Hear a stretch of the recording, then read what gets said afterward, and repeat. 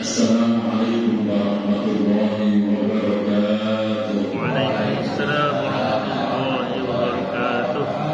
Bismillahirrahmanirrahim. Alhamdulillahi rabbil alamin. Wassalatu wassalamu ala asyrafil anbiya'i wa imamil mursalin sayyidina wa habibina wa maulana Muhammadin wa ala Hasbunallahu wa ni'mal wakil, ni'mal maula wa ni'mal nasir, wa la haula wa la quwwata illa billahil aliyyil azim. Allahumma anfa'na bima 'allamtana wa 'allimna ma yanfa'una. Allahumma barik lana fi Sya'ban wa ballighna Ramadan bi rahmatika ya arhamar rahimin. Amin ya rabbal alamin. Alhamdulillah wa syukurillah. Pada kesempatan malam hari ini kembali Allah mengingatkan hati kita, Allah lapangkan hati kita bersama-sama duduk di tempat yang mulia, yaitu majelis ilmu Taman Sofyan Allah, yang kita hormati seluruh pengurus DKM Mushola Al-Masuriyah, Ketua DKM Bapak Andani, Koordinator Majelis Ilmu Bang Muhid, seluruh jamaah Bapak Ibu, khusus saudara kita dari Mushola Al-Badirin, Bang Ade Langga beserta rombongan, mohon tidak disebut nama satu persatu dalam panggungan Asal-Azim. Semoga senantiasa Allah sehatkan lahir dan batin kita. Allah tambah keberkahan hidup kita. Allah istiqomahkan kita di dalam kebaikan dan telah diwakafkan dalam keadaan husnul khotimah. Amin ya rabbal alamin. Alhamdulillah, kemarin kita kembali melanjutkan kajian kitab Nasyarul Ibad sebelum ditutup. Rencananya satu depan ditutup ya dong ya. Kalau udah ditutup kalau dia ngaji lagi. Bapak Ibu yang dirahmati Allah, kita lanjutkan kajian Nasyarul Ibad.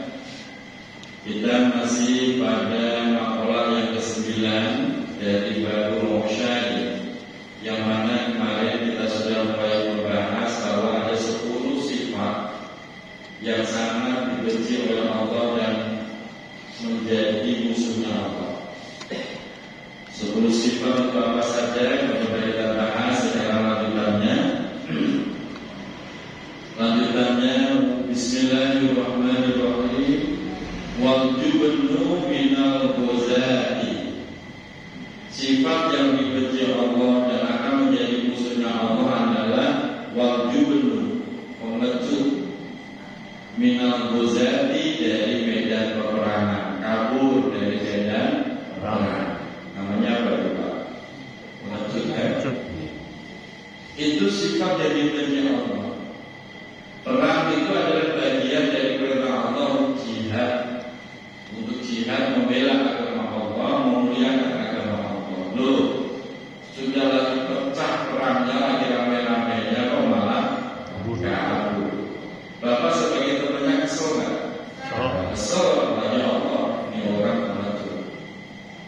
Dan sifat pengecut ini berlaku umum, tidak hanya masalah di peperangan Bapak Ibu, tapi di setiap tanggung jawab untuk kebaikan.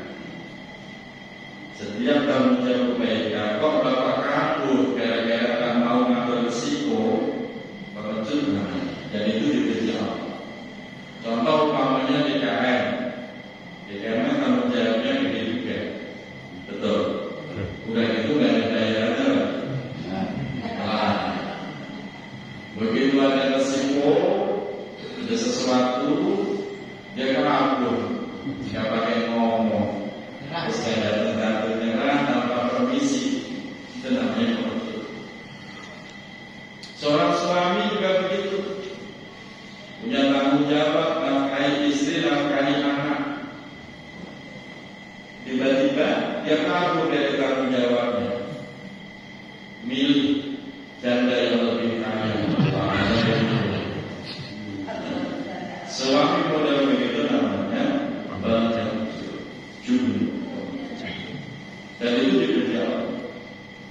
Jadi setiap tanggung jawab yang kita emban tentang kebaikan, kok kita kabur gara-gara nggak mau ngambil resiko, itu dan itu dibenci Allah. Dan saya yakin juga dibenci teman-teman selingkuhan. Betul. Tanggung jawab bagiannya untuk uang arisan, bawa uang arisan, pakai, habis pakai kabur, kesel nggak? Allah lebih kesel. Ini orang ada tanggung jawab.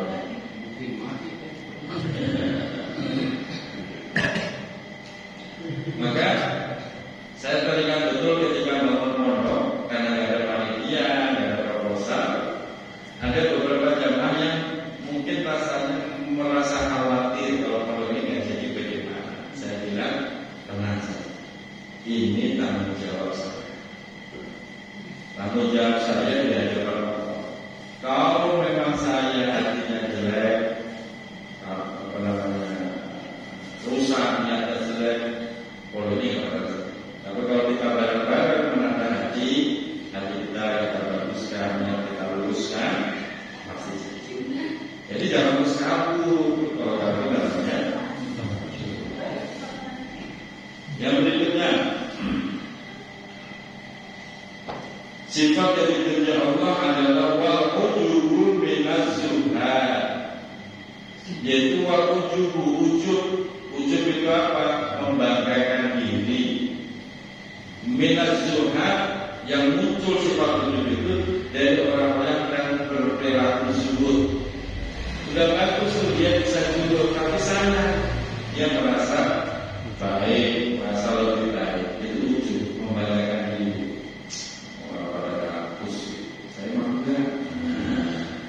Enggak rakus itu cakep, tapi begitu membanggakan diri, nah ini yang menjadi ujub jelek. Kenapa?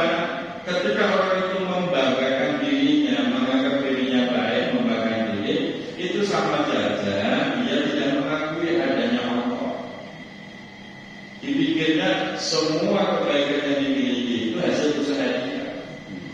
Ngaku zuhud, gak mau urusan dunia, tapi dia ngaku baik. Aku paling baik, itu namanya merusak semua. Jadi kalau mau zuhud, silakan zuhud. Mau rajin ibadah, silakan rajin ibadah. Memang itu kedekatan. Tapi kalau muncul ujub, membanggakan diri, merasa lebih baik, nah ini menjadi musuhnya Allah. Kita disuruh ngaji, ya, tapi jangan merasa paling rajin. Kita disuruh belajar dari ilmu biar pintar, biar alim. Memang itu kan? Tapi jangan merasa paling alim, sehingga menjadi ujub, kesombongan, dan menjadi musuh. Kalau dia zuhud, nggak mau urusan dia, udah diem. Karena malah sok-sokan makain zuhudnya, itu malah jadinya musuh. Ada sebuah riwayat yang bagus. Man hamidah nafsahu ala amalin sholihin faqad dhalla syukruhu wa habita amaluhu. Luar biasa. Man siapa saja hamidah yang memuji nafsahu dirinya, orang puji dirinya sendiri, ala amalin sholihin, atas amal kesolehan yang dilakukannya. Faqad dhalla syukruhu, sungguh orang itu telah tersesat. Syukruhu, cara bersyukurnya tersesat. Wa habita amaluhu, dan rusak amalnya. Kalau umpamanya dikasih Allah kekuatan semalam bisa baca 1 juz umpamanya. Terus Bapak bilang, alhamdulillah kayaknya di Ramadan gak ada yang bisa baca 1 juz setiap malam. Itu namanya memuji diri. Walaupun dibalut dengan kalimat alhamdulillah, itu disebut syukur yang salah. Syukur yang salah. Kenapa? Karena ada pujian terhadap diri sendiri. Kayaknya nggak ada yang bisa melakukan kayak saya. Nah, namanya memuji diri sendiri. Syukur yang sesat dan otomatis amalnya rusak pahalanya. Makanya kalau bersyukur titik yang ditambah-tambahin. Alhamdulillah Allah kasih kekuatan bisa baca Al-Quran 1 juz setiap malam. Titik, jangan ditambahin. Kayaknya jawaban itu gak ada di selain saya. Nah itu yang bikin rusak. Walaupun Bapak ngomong sendiri, gak ngomong di hadapan orang. Bapak ngomong sendiri, ngomongin diri sendiri, muji diri sendiri, itu kesesatan dalam bersyukur. Makanya Bapak kalau habis beribadah kan ada rasa bahagia tuh. Bedakan bahagia dengan bangga itu dua hal yang berbeda. Kalau bahagia itu bentuk syukur, tapi kalau bangga itu sudah mendekati sombong, kufur nikmat. Ibu ngaji, ibu baru bisa tahajud. Alhamdulillah malam ini bisa tahajud. Titik, jadi tambah-tambahin. Begitu Bapak tambahin, karena saya ini gak ada yang meramu di malam ini. Nah itu yang bahayanya begitu. Itu namanya memuji diri sendiri, dan itu merusak syukur dan pahala ibadah kita. Begitu Bu. Rajin silakan, tapi jangan merasa paling rajin. Itu bahaya. Makanya saya bilang penyakit hati itu lebih banyak daripada penyakit badannya kita. Kan udah sakit tuh badan kita itu ngaji kemusola, tapi kalau hati muncul memuji diri sendiri, membanggakan diri sendiri, takjub dengan diri sendiri, terus menganggap rendah orang lain, itu semua merusak amal ibadah kita. Yang berikutnya, yang terakhir, wariya'u minal ubad. Wariya'u yaitu riya, punya sifat riya. Riya itu apa? Riya itu dari kata ro'a. Ro'a artinya orang riya itu orang yang kepengen dilihat. Minal ubad yaitu yang muncul sifatnya ini dari orang yang ahli ibadah. Dia rajin ke musola, rajin sholat berjamaah, rajin ngaji kemana-mana. Tapi kalau muncul sifat dia dilihat orang, habis sudah pahala. Alhamdulillah ini. Terus ada yang salah paham. Kalau begitu mending buang, gak usah ngaji di rumah. Ada orang begitu. Ada sesat dalam rumah. Salah dalam rumah.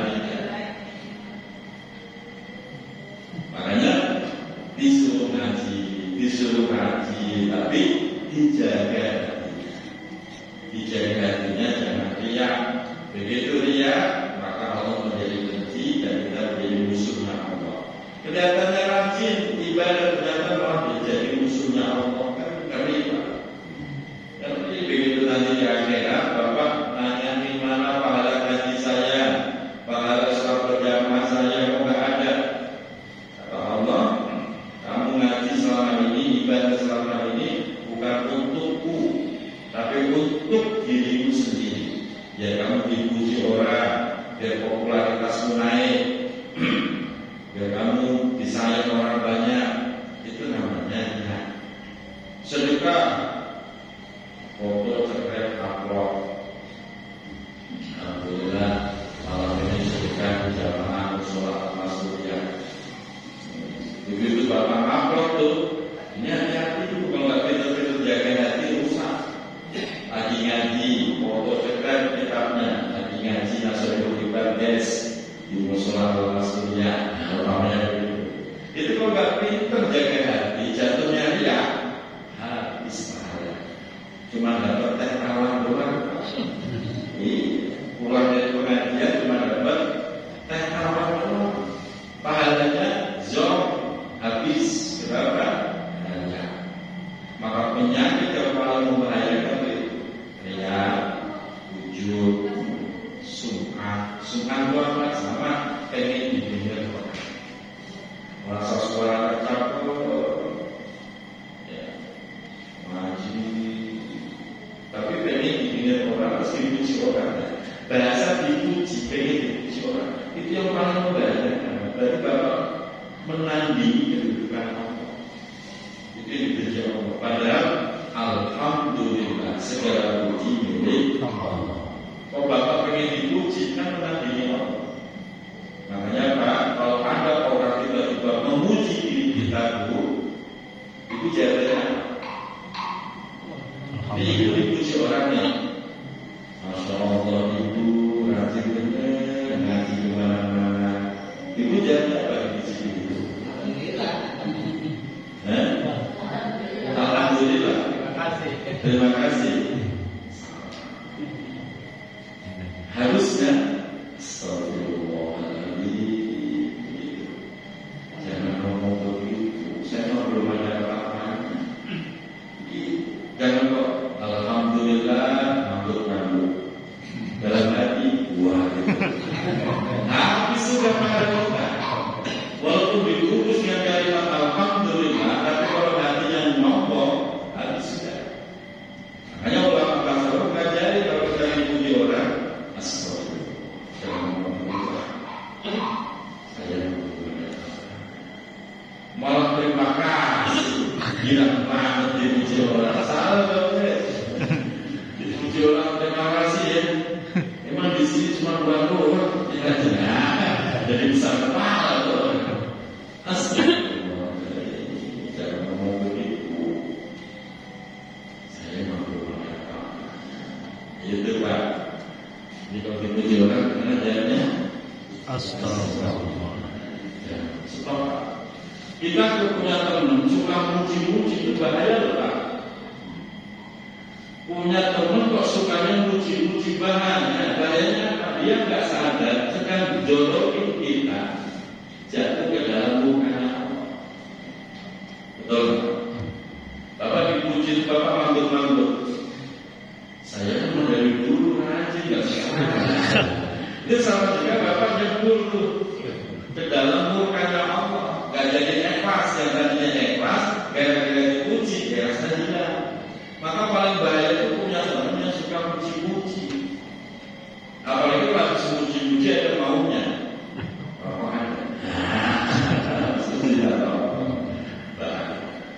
Teman yang baik itu adalah satu, tidak pernah memuji di depan kita, tapi dia memuji di belakang kita. Teman yang baik.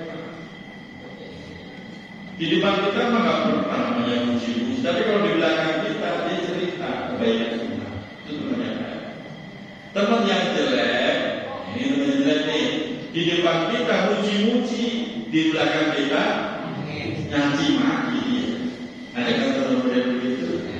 Itu yang jelek itu begitu. Wah, di depan kita mau manis, begitu di belakang kita habis kita dicaci maki. Makanya Pak, Bu, kalau ada teman suka muji-muji, Bapak harus waspada. Satu, teman model begitu biasanya tidak setia. Kedua, teman begitu sama juga jorokin kita masuk ke dalam mukanya Allah. Teman yang baik itu biasa saja. Kalau mau puji di belakang, tujuannya apa? Menjaga biar amal ibadah saudara kita, teman kita nggak rusak.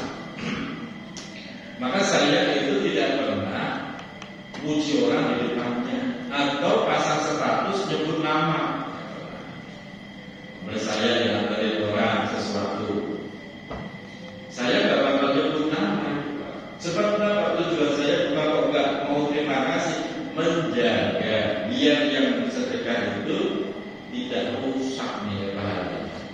Kalau saya sebut-sebut, alhamdulillah tadi pagi bangkit ke rumah antarin ini, bangkit orangnya ada, langsung kan besar kepala, membusungkan dari wah, rusak pahala. Nah, kalau teman yang baik menjaga itu biar pahalanya nggak rusak, jangan disebut depan umum, cukup pribadi. Masih ya Pak.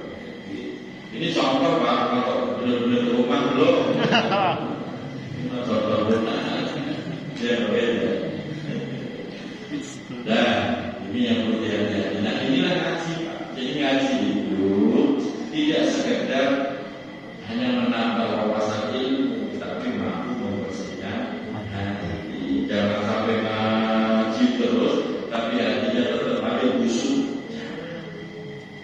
Jadi ilmu itu diukur dari hati, Pak. Ilmu yang dikaji ini benar-benar dari nur cahaya atau tidak, lihat hatinya. Ngaji mulu tapi hatinya jelek, iri, dengki, dendam, marah mulu, busuk hati. Berarti ilmunya belum jadi nur, tapi jadi nar, jadi api. Makanya kita ukur kita apa ya Allah, saya ingin ngaji terus, tapi hati rasanya masih apa kalau bahasa Betawi, masih berbulu. Hati berbulu gimana? Pokoknya berbulu aja, gatel mulu hati.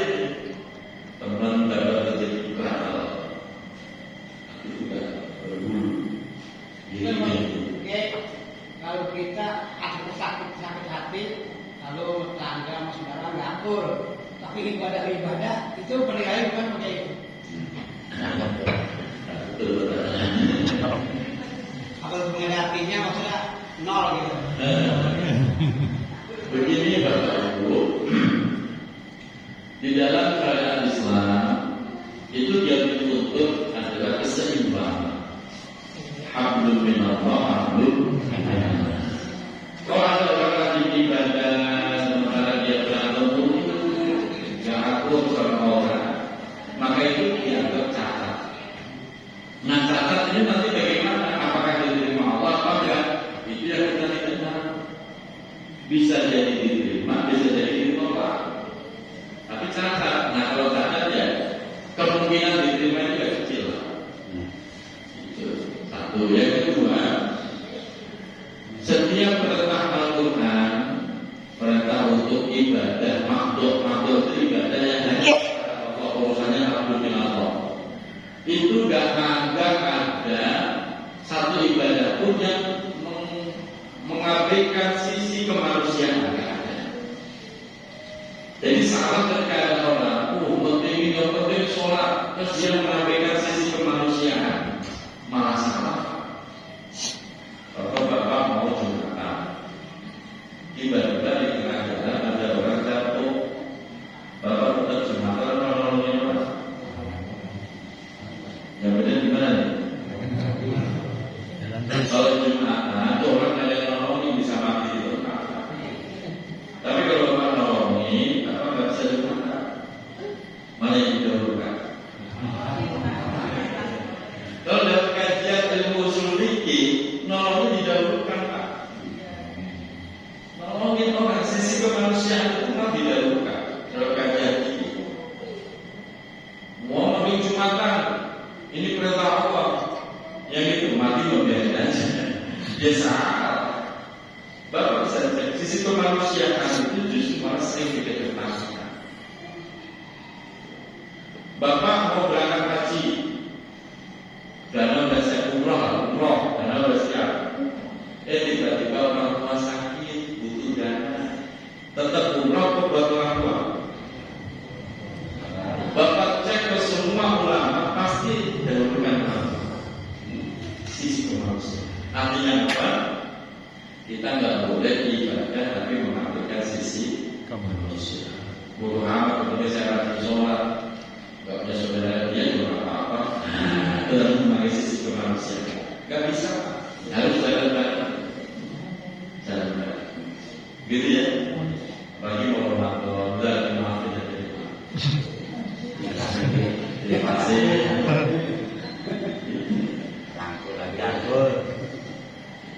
Kita kayak Ramadan itu bukan sekedar ngejar pahala, tapi ngejar membersihkan hati. Salah satunya apa? Berdamai dengan diri sendiri. Berdamai dengan diri sendiri itu artinya apa? Yaitu memaafkan orang lain, menghilangkan dendam, kebencian orang lain, berdamai dengan sendiri. Kalau Bapak nggak bisa menghilangkan itu semua, namanya Bapak belum bisa berdamai dengan masalah sendiri-sendiri. Tetap aja ibadah hati mau tetap panas. Kenapa? Belum bisa berdamai dengan diri sendiri. Tapi kalau Bapak sudah bisa berdamai, bisa memaafkan orang lain, memaafkan diri sendiri,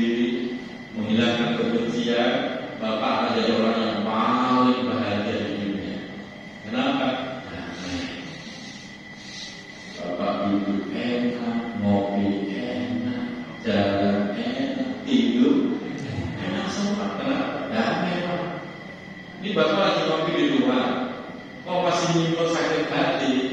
Orangnya lewat. Bisa nggak bapak? Bisa atau tetap di situ? Tidak. Dan kenapa? Padahal di rumah sendiri bapak. Ngomong lagi orangnya. Kayaknya padahal di rumah sendiri. Nah itu katanya berdamai dengan diri sendiri. Gitu ya, Pak ya. Biar bapaknya enak gitu. Selesai, sekarang kita masuk makalah yang ke-10. Bismillahirrahmanirrahim. Wal maqalatul 'ashirah. Maqalahna ucapan yang ke-10. Qala Rasulullah sallallahu alaihi wasallam. Telah bersabda baginda Nabi Muhammad sallallahu alaihi wasallam, al-afiyatu ala asyrafil awjuh. Al-afiyah, yang namanya afiyah, kita kan sering berdoa ya, minta afiyah, sehat afiyah, sehat wal afiyah. Apa itu afiyah? Afiyah itu ternyata ada 10 macam. Kita minta semoga selamat, sehat wal afiyah, wal afiyah, wal afiyah. Itu ada 10 macam, Pak. Selama ini Bapak itu memahami afiat itu apa sih?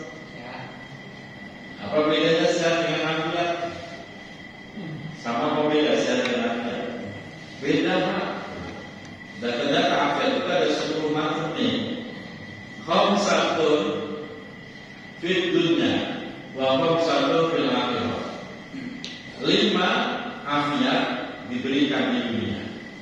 5 afiat besok diberikan di ada 10, 5 di dunia, 5 di akhirat. Jadi Bapak, jadi kalau kita doa Allahumma inna nas'aluka salamatan wa afiyatan. Afiat itu apa sih? Ada 5 macam. Ada 10 macam, 5 di dunia, 5 di akhirat. Fa'ammal ladzi fid dunya. Fa'ammal ladzi adatul afiyat. Fid dunya, yang diberikan di dunia itu adalah 1, al-ilmu. Ketika Bapak diberi Allah suatu ilmu, maka pastikan setiap hari harus nambah ilmunya. Setiap hari harus ngaji biar nambah ilmu. Itu namanya afiat. Dan ini menduduki posisi pertama. Dan ini Bapak ngaji, alhamdulillah kita afiat, bisa nambah ilmu. Karena yang sehat, yang kaya, belum tentu nambah ilmu. Waktunya kosong, longgar, tapi tetap yang bisa nambah ilmu. Kenapa ilmu didahulukannya? Setelah iman, yang kedua itu ilmu. Kita beriman ya kepada Allah. Kita beriman. Setelah beriman, apa tugas kita? Nyari ilmu, Pak. Bukan nyari rezeki, nanti itu, Pak. Nyari ilmu. Tanpa ilmu, iman kita akan kering. Tanpa ilmu, iman kita akan menipis, terkikis. Bahkan tanpa ilmu, iman itu bisa tercabut dari hati. Maka posisi ilmu itu nomor 1, dan itu adalah afiat. Jadi kalau kita minta ya Allah, minta afiat. Afiat itu apa? 1, kita minta ilmu. Kita kan selalu memahami afiat itu ya sehat, duit banyak, urusan beres, makan semua. Ilmunya nggak dipikirin. Padahal kita jadi orang baik, orang benar, orang beruntung, itu semua dasarnya ilmu. Tanpa ilmu nggak bisa. Maka setiap kali ada ajaran ngaji, jangan merasa berat, karena ini keuntungannya buat diri sendiri. Jangan mau ada diri kayak kasih ngaji dulu. Capek gua, kok capek sih? Alhamdulillah. Yang kedua apa? Wal ibadah, ibadah. Bapak ibu bisa ibadah, itu haknya. Bapak ibu bisa sholat tahajud, itu haknya. bangun 2 kali, 3 kali bangun, tapi tetap aja nggak bisa. Nah, ada kan begitu? Datang semua orangnya.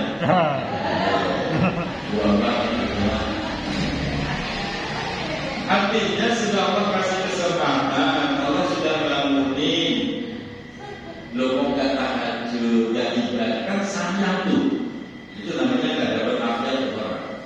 Tapi kalau dapat afiat, walaupun katanya capek, walaupun katanya tidurnya malam-malam, tetap aja bisa tahajud. Walaupun tidurnya sore-sore, belum tentu bisa tahajud. Maka setiap kali kita bisa ibadah nih, itu berarti kita mendapatkan afiat dari Allah Subhanahu. Yang ketiga, wal rizki atau wal rizku, rezeki. Rezeki minal halal, dari yang halal. Alhamdulillah, pagi ini dapat rezeki yang halal. Itu juga afiat. Itu nomor berapa? Nomor 3. Yang pertama itu Bapak dapat rezeki banyak, tapi nggak bisa ibadah, nggak bisa nambah ilmu, rugi. Dan itu yang biasa terjadi. Yang terpenting itu tadi, ilmunya dapat hari ini saya dalam ilmu orang dulu. Harus itu Pak. Yang kedua, ibadah saya bagaimana di hari ini? Sama apa nambah? Sama ya, nggak apa-apa, yang penting jangan kurang. Yang ketiga baru urusan rezeki. Nah biasanya ini terkait Pak. Orang kalau pentingin ilmu, pentingin ibadah, rezeki ikut. Itu biasanya berurutan. Tapi kalau orang nggak punya ilmu, ibadahnya ngabur, dapat rezeki, dapat cuma tidak rezeki yang halal, hancur lagi nanti urusan. Makanya di sini kok dapat rezeki yang halal, barokah itu namanya. Maka usahakan Pak, yang dagang, yang usaha, biar dapat banyak, yang penting halal. Ini jawaban. Benar nggak kata itu? Benar. Jaga orang soleh, biar dipikir yang penting halal. Ngapain kita dikit? Kita banyak. Biar dapat rezeki banyak, yang penting bukan sedikit, haram banyak. Itu yang ketiga posisinya itu. Yang keempat, dan itu semua diberikan di dunia. Yang keempat, as-sabru 'ala syiddah, yaitu punya sifat sabar 'ala syiddah, menghadapi tekanan.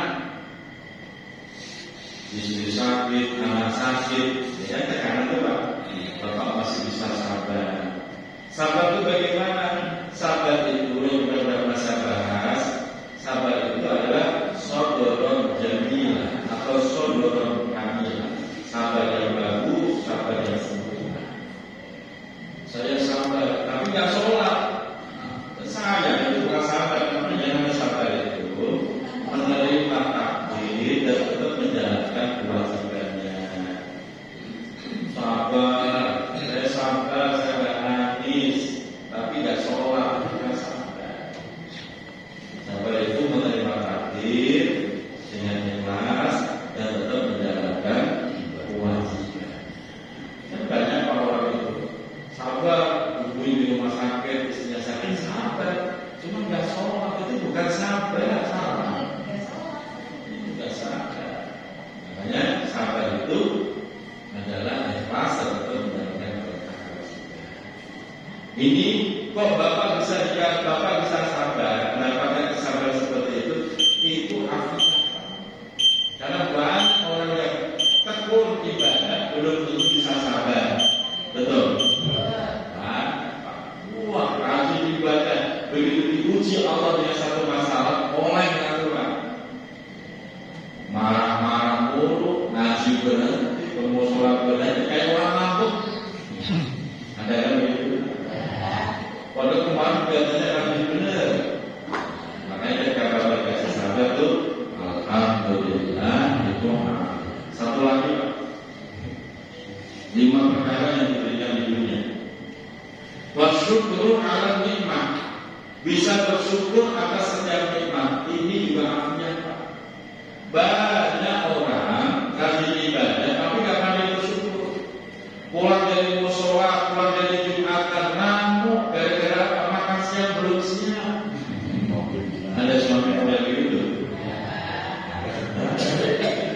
Ini pun